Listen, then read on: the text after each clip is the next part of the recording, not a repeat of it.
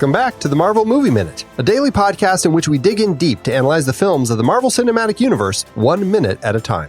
I'm Andy Nelson from thenextreel.com. And I'm Pete Wright, also from The Next Reel. Hey, Pete's back. Hello, Pete. This is so weird. I'm excited to talk about my Palladium dental work. Right? We are, of course, talking about Jon Favreau's 2008 film Iron Man. And joining us again to close out this week is JJ Jaeger. Back. Hello again. Also from thenextreel.com. That's right. Look at that. Oh, that's fantastic. Yay. On today's show, we are talking about minute 25 of Iron Man, which starts with Tony operating on his missile and ends with Tony delicately picking up a ring of palladium. Now, see, the thing is, if anybody of the three of us is going to have something fancy made out of palladium, it's going to be JJ. Yeah, I don't know, it's like a palladium belt buckle, or there's going to be something. No, it's not a good story. I love palladium, but it's really not a good story. I had my wedding ring custom made and made of palladium, and it actually is the size of like 2.5. Pete, did you ever see my wedding ring? I'm not even sure if I did. It's like 2.5 wide of a normal wedding ring. So it's massive palladium, just like brushed this whole thing. Yeah. So I love palladium, but I don't wear it anymore, obviously, because I'm divorced now. But yeah, so it's not a good story, but palladium's really great. And it's shown by Tony Stark in this minute. What did I say, Andy? What did I say? You were right. That is the JJ I know right there, who would have a palladium story. I don't want to speak out of turn for you, Andy, but do you have a palladium story like that? I definitely don't. There you go. Because you and me. Well, yeah, right. And what I guess does make it an interesting story is that I was kidnapped by terrorists and I was locked in a cave with this ring maker. And 1,000 catalytic converters. If there's anything that's going to get you out, it's a ring made of palladium. That's what it Palladium. is. Yep. That's kind of a sad little tale there now. Well, here we go. It's good though. It's good. This is a great minute, and it's a minute that gets us right into it keeps us, I should say, in the mechanics of building the suit and getting him out of the cave eventually, as far as we know. And it goes to what we've talked about before in bits and pieces of Tony Stark, and mostly it's like when he's working on his car in his shop, where we see that kind of mechanical mind side of Tony that we never got introduced to earlier on. It's nice to actually see him really digging in now and having to do something, even if we don't know what it is. We know he's doing something interesting, and it makes for a pretty compelling minute as he's showing Yinsen this little palladium piece, and he's packing the thing with the clay, and Yinsen's pouring the melted palladium. It's actually a pretty kind of engrossing minute as we're kind of watching them do something. I could watch people smelt all day, though. I mean, to be fair. Do you know what I mean? Like, there's this whole mystery around packing the dirt and building the little frame and then watching Yinsen with these very steady hands as he pours the molten palladium into the little... I mean, I could watch that all day. That is just not a skill I'm capable of or an experience I have. I love this stuff. It is pretty cool. I feel like I should say I always knew that about you, Pete. That's it. I don't think I did, but I guess I'm not surprised. God, it's just... What's delightful about what you just said is it sounds like a compliment, but it's really, really not. It's just the ultimate dig. Complislam. Well done. Palladium is a real element. I was debating that, actually. I didn't know that for sure. Isn't it an amalgam, though? It's a platinum amalgam, isn't it? It's it's its own element. It's symbol PD on the atomic chart. It's number 46. It is a rare and lustrous silvery white metal discovered in 1803 by William Hyde Wollaston, who named it after the asteroid Pallas, which was named after the Greek goddess Athena. It's her epithet, which she acquired when she slew Pallas. So it actually is more rare than gold or silver. It's found, this is interesting, it's found in only one location in the United States, which is the Stillwater Mine in Montana. And there are a few other places around the world, but it is the substance that gives white gold its color. And interestingly, it's found in almost all catalytic converters. because it is one of the precious metals that's known for its catalytic abilities. So now this is making me feel both better and worse about my wedding ring story. Number one, because I've always assumed that it was just like a cheaper version of platinum, and I guess maybe in the rare thing it's not, but I'm feeling much better about like its rarity being from this one place, and that it's got some sort of power to it too. I think that's great. It was a power ring. It was one of the power rings. It was. That's right. Maybe not one of the 10 rings.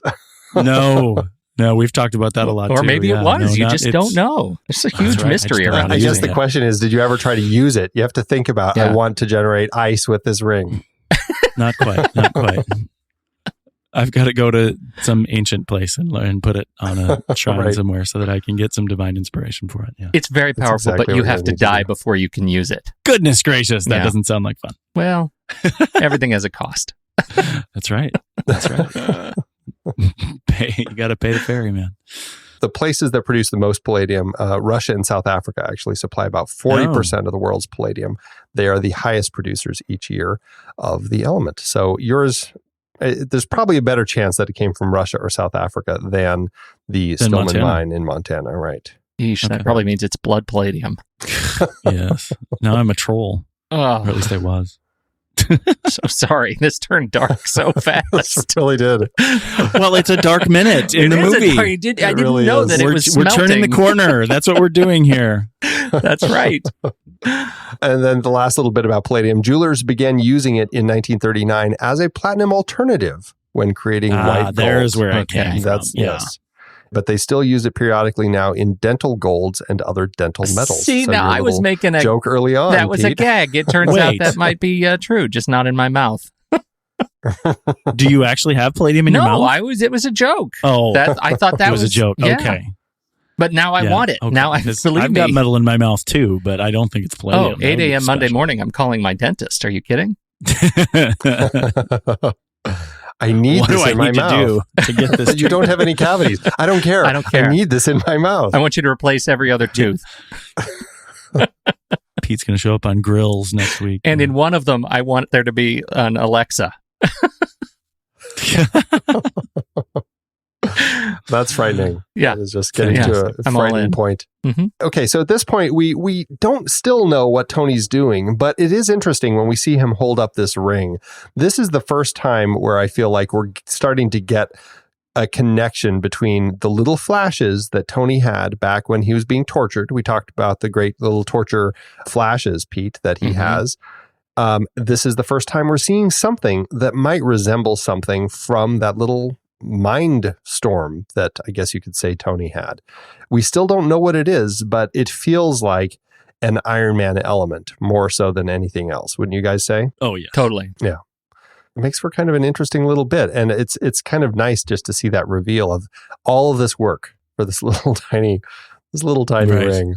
It makes me wonder, what is it doing? Like, how is this palladium, which is, this relatively inert metal, how is this actually helping power anything that Tony's doing? Because he makes it very clear that he needs 11 of these missiles just so he can pull out these little tiny 0.15 gram parts that are made of palladium. Right.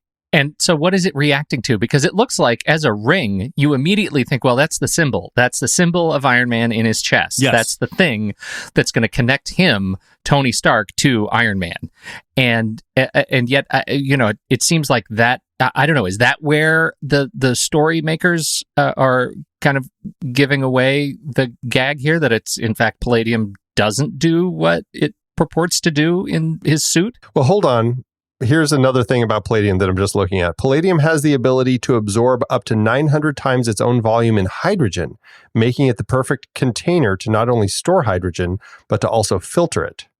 I wonder if that is somehow, like they picked up on that idea of palladium and say, hey, that seems like it could do something that would help Tony do things like fly and stuff. I don't know. Doesn't that make his suit some sort of a hybrid? Hydrogen power is pretty powerful stuff. Right? Well, he never has to gas up, so I guess it would make sense. Totally. And he's always having to plug in, so absolutely he's a hybrid. So good. I had no idea this was an environmental story. I thought he was just blowing stuff up. This is the transition from the era of his missiles and stuff to the hybrid Green side. power. Yeah, Exactly. that's it. That's right. It's nice to see. It's nice to see that happening here. We do have a little glimpse back at the terrorists who are all watching on the screen again. And we see our characters, Abu. He is sitting with Ahmed, and the two of them are playing backgammon, having a little game in the back. Adorable. And we have them speaking Arabic. And the translation, as my wonderful Reddit community told me, Abu says, "Anything new?" And the guy at the screen says, "Nothing." Oh. The word that the people who helped me translate said that the person who says nothing does not sound like a native speaker. And I think that's probably true. Reddit is fantastic.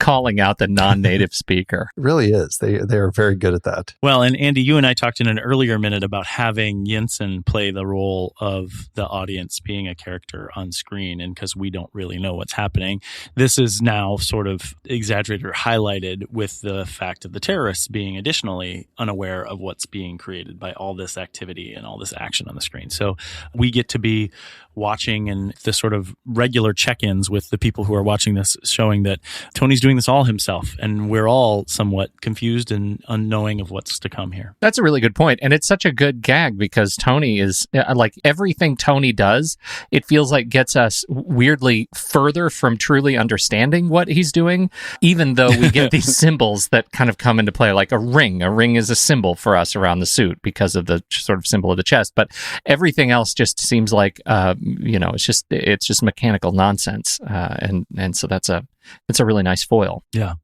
It looks like the actor who is playing the terrorist who's watching the screen, that is Ray Siegel, who also is a utility stunt player. As I've mentioned, they all tend to be when they're doing these parts. And that also would go to why he probably isn't a native speaker if he's a stuntman who's having to throw this line out there. Right. So this is the moment where Tony finally asks for Yinsen's name. It's only taken us a month. Oh, Tony. It's all about him, isn't it? What's funny is I love that the way Yinsen reacts after Tony says, "Nice to meet you." It actually feels like that was part of like a little in-joke that the actor came up with after this line is scripted at this point.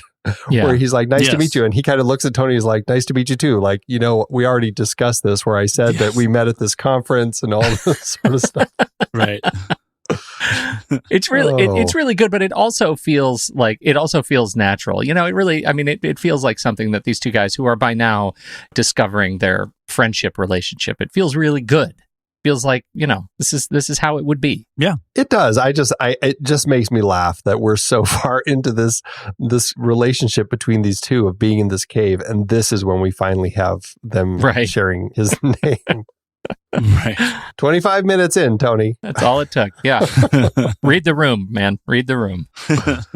To be fair, when Yinsen first meets Tony, or when we are first introduced to him, when Tony wakes up and he realizes he's got the battery attached to him and all of that stuff, Yinsen is not very forthcoming with anything. I mean, his first reaction when he's shaving his face and he doesn't say anything to Tony. He's just like whistling along. And all he says to Tony when Tony's trying to reach for the water and realizes that the cords are attached to his chest, is like, "I wouldn't do that if I were you." Like he's pretty cagey about the whole thing.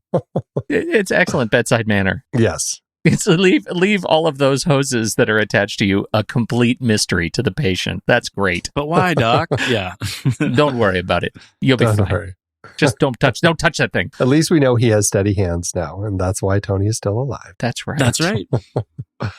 Well, I don't have anything else for this minute. Do you guys have any other little bits and pieces? It's great. It feels like, once again, we're on the cusp of something. I will say that when I was a kid, a buddy of mine was playing a gag on me and moved my car in a parking lot at a movie theater before we went to see a movie. And when we came back out, the car was moved and somebody had broken into it and stolen my stereo. Oh, no. Yeah, no, it was terrible. And they felt it was a nice stereo. And they felt very bad. And so this buddy's brother was quite an engineer, and he built an in-dash set of knobs and buttons that look exactly like the knobs and buttons that are all wired together at about second 21 when the terrorists are watching on the screen off to the side. There's like dusty wires and buttons, except for there were more buttons and knobs, and they did nothing but light up and look ominous.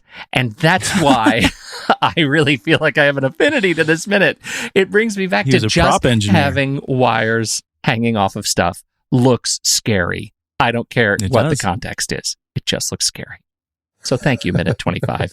It really does. I will say the other thing that I really like, I just love the way that Tony, I mean, it's clear that he's gotten used to carrying this battery around.